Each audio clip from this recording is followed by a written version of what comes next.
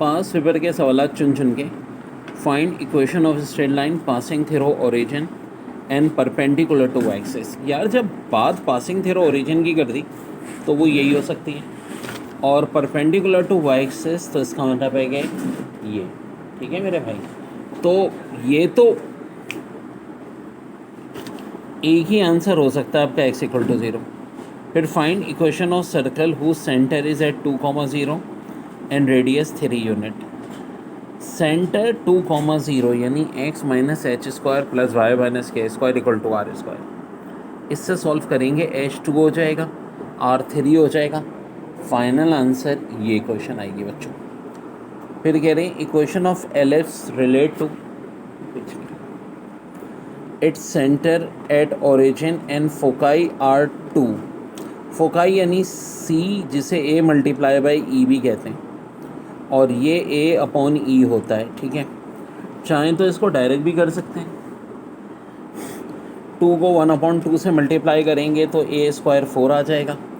A square 4 है, C 2 है, तो इसकी मदद से B स्क्वायर निकलेगा और वो आ जाएगा 12।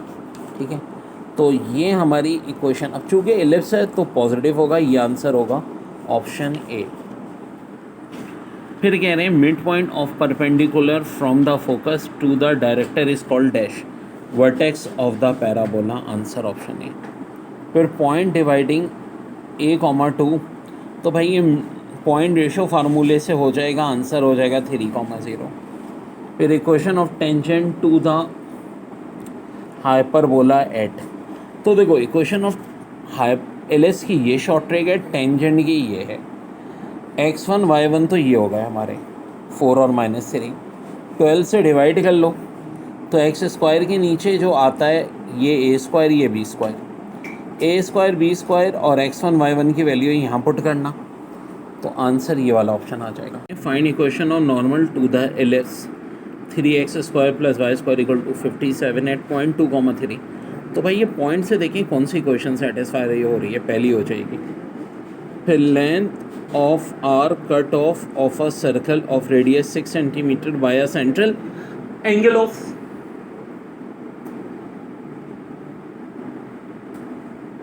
ठीक है, आपको ये सवाल दिया है 2π/3 radian. s equal to r theta होता है, x 6 सेंटीमीटर है।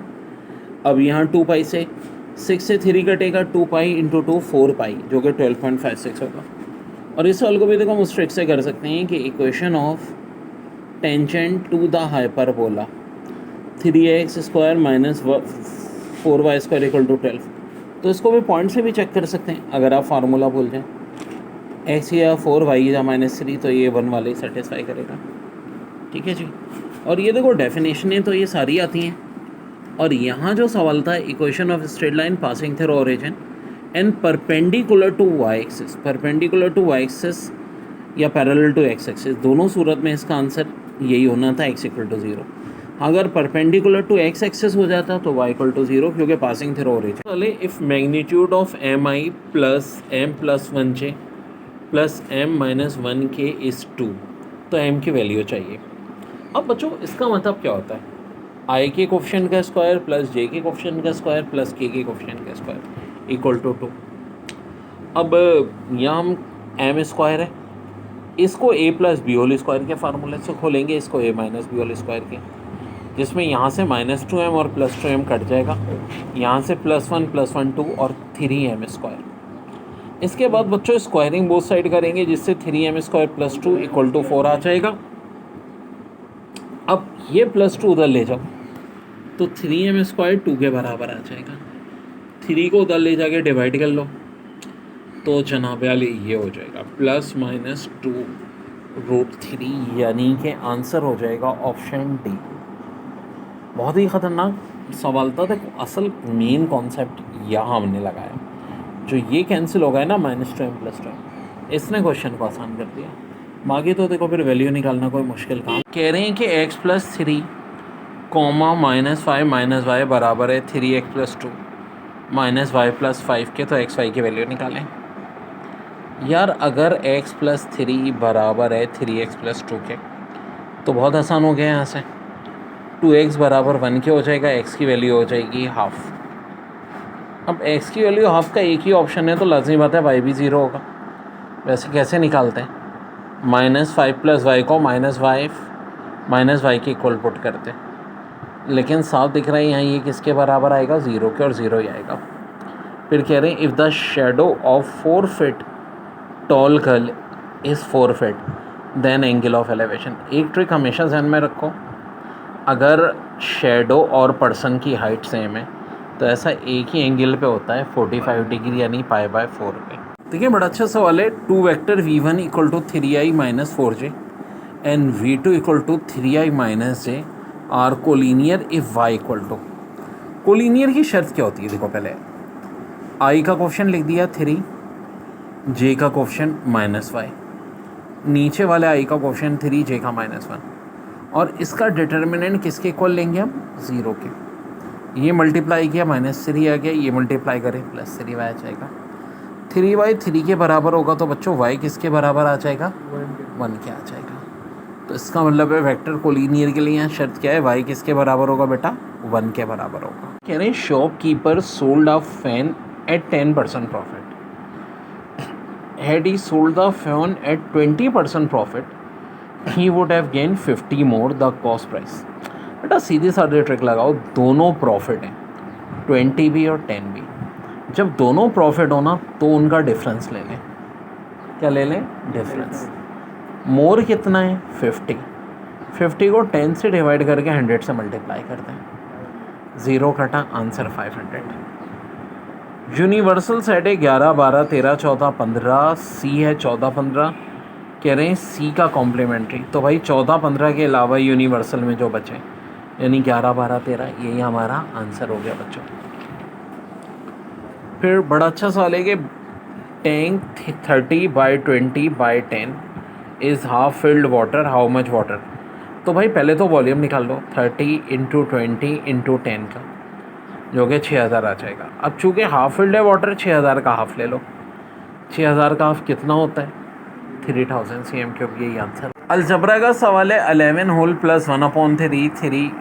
देखो इसमें हमेशा ये होल नंबर को अलग एडअप कर लिया करो। 11 + 3 14, 14 + 2 16, फिर 1/3, 1/2 और 4/5, इनको एडअप कर लो तो ये 15 हो जाएगा। 15 को 3 से डिवाइड किया 5, बल्कि 15 नहीं होगा, एलसीएम यहाँ 30 लाना पड़ेगा क्योंकि 2 भी है। 30 को डिवाइड किया 3 से तो 10, 2 से किया तो 15 आया। हाँ जी, 5 से डिवाइड करने पे क्या आता है? 6 आता है, लेकिन चूँकि ऊपर 4 है तो मल्टीप्लाई भी करेंगे, 24। अब इनका सम देखो, ये आ रहा है 49। वेल देखो 49 का मतलब है, अभी होल 17 है ना, 16, 49 में से अगर मैं 30 माइनस कर दूँ, मैं ये बात क्यों कह रहा हूँ? क्योंकि देखो ऑप्शंस में यहाँ सबके 30 दिया हुआ है, तो 16 के बजाय कितना हो जाएगा? 17 हो जाएगा। यार 49 को मैं लिख सकता हूँ ना 1 होल 19/30, ठीक है, 19/30 लिख सकता हूँ। तो 16 में 1 प्लस कर दो 17, आंसर ये हो जाएगा 17 होल 29/30। या इसको अगर हम तोड़ना चाहें तो कैसे तोड़ सकते थे? 16 + 1 होल 19/30, और 1 होल 19/30 का मतलब क्या है? 31 × 30 + 19 49/30। तो दिस इज़ योर। ये कह रहे हैं the sum of the present ages of father and son is 50 year. Also 5 years ago the father age was 7 times the age present age of the father. यानी अभी जो है वो फादर और सन की एज 50 years है, ठीक है, और 5 साल पहले जो फादर की एज थी वो सन से 7 times ज़्यादा थी। अब 5 साल पहले का मतलब क्या है? कि दोनों की एज में से 5-5 साल माइनस होंगे। अभी दोनों का सम 50 है, तो आज से 5 साल पहले दोनों का सम 40 होगा। क्यों? टेक्निकल बात है, 5 फादर के भी कम, 5 सन के भी कम। और फादर सन से कितने टाइम ज़्यादा था? 7 टाइम। तो अंडरस्टूड सी बात है, अक्ल से अगर सोचो तो इसका मतलब है फादर 35 था, बेटा 5 था। 35 और 5 का सम कितना होता है? 40 होता है, और 35 5 से ज़्यादा होता है। आज से 5 साल पहले अगर फादर 35 ईयर के थे तो आज वो कितने साल के होंगे? 40 ईयर्स के होंगे। सीधी सादी बात है, 35 में 5 प्लस कर लो। मैं देखिए ना, अभी 50 के आज से 5 साल पहले फादर की भी कम करो सन, तो ओवरऑल दोनों का सम कितना होगा 40, और फादर 7 टाइम्स ज़्यादा थे, तो थोड़ी सी लॉजिक यूज़ करो, 35 और 5 एज रही होगी, तो 35 5 साल पहले थी, अब कितनी? X square plus Y X square equal to X, then D Y upon D X at 1,3। पहली बात तो ये सेम टर्म है, तो a प्लस ए 2a होता है, ये 2x स्क्वायर वाई हो जाएगा, 2 उधर जाके डिवाइड हो जाएगा, X square Y equal to 3। Derivative की मेरी मैजिकल ट्रिक में बच्चों देखो, ऊपर हम x का डेरिवेटिव लेंगे y को कांस्टेंट मान के, ये 2x हो गया। नीचे हम क्या करेंगे, y का डेरिवेटिव लेंगे x को कांस्टेंट मान के, एक x कट जाएगा, ये आ गया 2y upon x. y obviously बात है 3 है, x1 है -6, यानी नन ऑफ दीज आंसर आ जाएगा। फिर कह रहे हैं कि 3π/2 माइनस गैमा को कैसे लिख सकते हैं? 3π/2 का मतलब होता है 270, और जब भी 90 का ऑड मल्टीपल हो कॉस साइन में कन्वर्ट हो जाता है। अब 270 माइनस थीटा थर्ड क्वाड्रेंट में, जहाँ पे कॉस क्या होता है, नेगेटिव होता है। अच्छा जी, ये जो पॉजिटिविटी नेगेटिविटी है पुराने एंगल के हिसाब से देखते हैं, तो आंसर क्या आ जाएगा आपका माइनस साइन गैमा। फिर टर्म पूछ रहे हैं independent of x in the expansion of x square minus 2x upon 6। देखें, ये सिचुएशन होती है n कम्बिनेशन r, a की पावर n, b की पावर r, a की पावर n माइनस r, यानी -2x अपॉन पे पावर r आनी। अब r निकालने के लिए आसान है, यहाँ देखो न्यूमिनेटर की पावर 2 है, न्यूमिनेटर डिनोमिनेटर का सम 3 है, ओवरऑल पावर 6 है, r 4 आ जाएगा। r की वैल्यू 4 आपने पुट की, तो हम पावर का कम्बिनेशन r से लेते हैं, तो 6 कम्बिनेशन 4 जो कि 15 आ जाएगा, और 2 की पावर 4 16 को 15 से मल्टीप्लाई करते हैं, फाइनल आंसर बच्चों 240। ठीक है, स्क्वायर रूट में 1 minus sine x D x. तो बच्चों इस रिज़ल्ट को याद रखो, क्योंकि हर साल आता है ये, हर टेस्ट में ये होता है -2 cos x -2 sin x plus सी। मेरे जो डायरेक्ट शॉर्ट ट्रिक रिजल्ट्स हैं उनमें से एक है, अगर माइनस कॉमन ले लो तो देखो 2 cos x plus sine x upon 2 हो जाएगा। इसी तरह 1 plus sine X, limit x tends to 0 है, साइन स्क्वायर x अपॉन 4, फिर यहाँ x स्क्वायर है।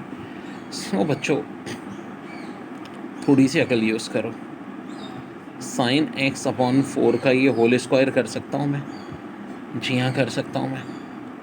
अब ऑब्वियस सी बात है, यहाँ पर भी हमारा इसको करने के लिए हम नीचे लाएंगे अगर 4 का इस, तो ऑब्वियस सी बात है 4 का स्क्वायर है 16, और मैथ्स के रूल के तहत ये नीचे वाली चीज़ सबसे ऊपर आती है, तो इसको बैलेंस करने के लिए 1/16 लाना पड़ेगा।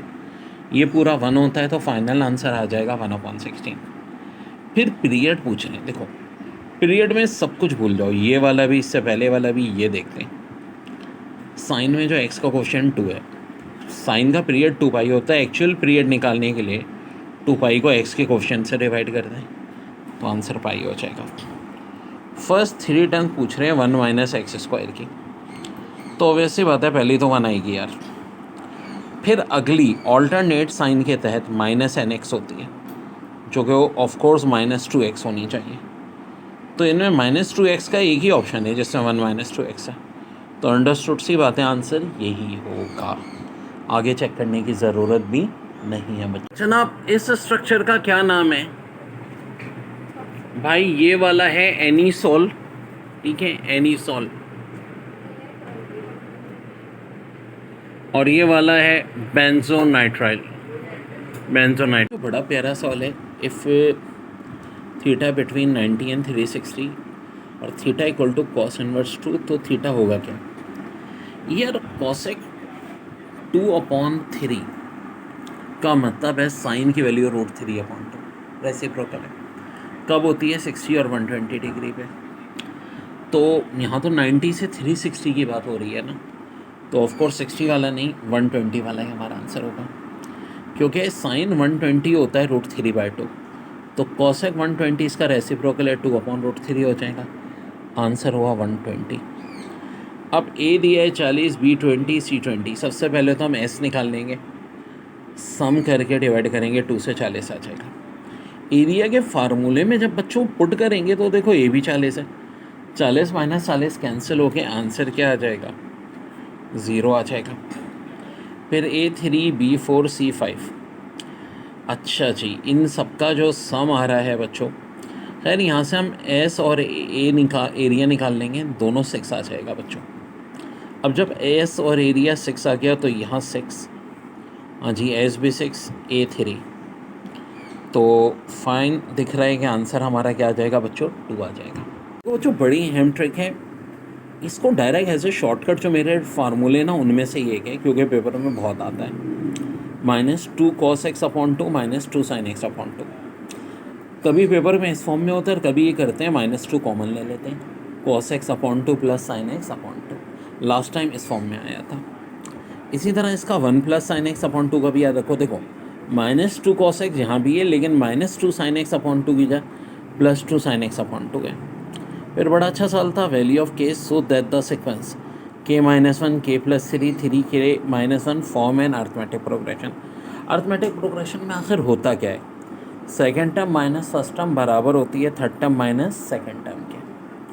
अब सेकेंड टर्म है मेरी k+3, फर्स्ट टर्म है k-1, इसमें से इसको माइनस किया, फिर थर्ड टर्म में से माइनस कर दिया मैंने सेकेंड टर्म को। वेल बच्चों साफ दिख रहा है k-k तो कैंसिल, +3 -1 यहाँ से 4 बचा, 3 के -k 2 के बचा, और ये माइनस माइनस -2, ये -2 है उधर जाके प्लस हो जाएगा। 2 के अगर 6 है तो k क्या आ जाएगा बच्चों, 3 आ जाएगा, और यही मेरा आंसर सवाल है। वैल्यू ऑफ यहाँ लिमिट 2 है, यहाँ 0 है, 4e⁻2t dt। सो प्यारे बच्चों, पहले तो हम जब इसको ले लेंगे लिमिट्स, इसके इंटीग्रेशन क्या होगी, देखो 4 वैसे ही रहेगा, e⁻2t वैसे रहेगा, 2t के डेरिवेटिव 2 से डिवाइड कर देंगे। अब 4/2 2 होता है, 2 को बाहर निकाल लो। अब देखो पहले अपर लिमिट t की जगह पुट करो, 2 2 4, फिर 0 पुट करो, e⁻0, e⁻4 minus e⁻0, e⁻0 कितना होता है, 1 होता है। कौन सा ऑप्शन हो जाएगा, ये वाला। फिर sin 75 पूछ रहे हैं भाई, ये तो मैं कहता हूँ बहुत अच्छी तरह याद होना चाहिए। sin 75 जो cos 15 के बराबर होता है, डेसिमल में इतना होता है, फ्रैक्शन में इतना होता है। अब आप बोलो सर इस फॉर्म में ऑप्शन ही नहीं है, अरे है ना, इसको मल्टीप्लाई और डिवाइड कर दो √2 से, तो नीचे तो 4 हो जाएगा, ऊपर यहाँ जो है जब हम मल्टीप्लाई करेंगे तो रिज़ल्ट बिल्कुल चेंज हो जाएगा हमारा, ठीक है। यहाँ पे हम इसको जो मल्टीप्लाई करेंगे तो नया रिज़ल्ट आ जाएगा हमारा। बेसिकली इसका असल आंसर होना क्या चाहिए, अब ये भी थोड़ी सी इन्होंने √6 + 1/4 ये होना चाहिए बेसिकली। अब ये जो एंगल वाला सवाल है, the figure AB = AC and BC greater than AB, बड़ा ही ख़तरनाक है। State which of the following is true, x greater than 60, y less than x, y greater than 60। देखो बच्चों इस डायग्राम में ये x है और ये y है। अब अगर ये जो साइड BC है ना, ये AB से बड़ी है, और पहले ही कह रहे हैं कि AB AC इक्वल है, तो इससे भी बड़ी है। अब देखो इसका मतलब ये दोनों एंगल आपस में बराबर हैं, 50 भी हो सकते हैं, सबसे ज़्यादा 59 हो सकते हैं, 59 इससे बड़े नहीं हो सकते, क्योंकि ये वाला जो एंगल है इन दोनों से बड़ा है। तो एक बात तो तय है कि ये वाला एंगल जो भी है ना x, इसको क्या होना चाहिए, 60 से ग्रेटर होने चाहिए, क्योंकि ये साइड सबसे बड़ी है तो इसके सामने वाला एंगल भी सबसे बड़ा होगा। तो इसका मतलब है इनमें से कौन सा ऑप्शन लाजमी बात करेक्ट होगा, x ग्रेटर देन 60 स्टेटमेंट।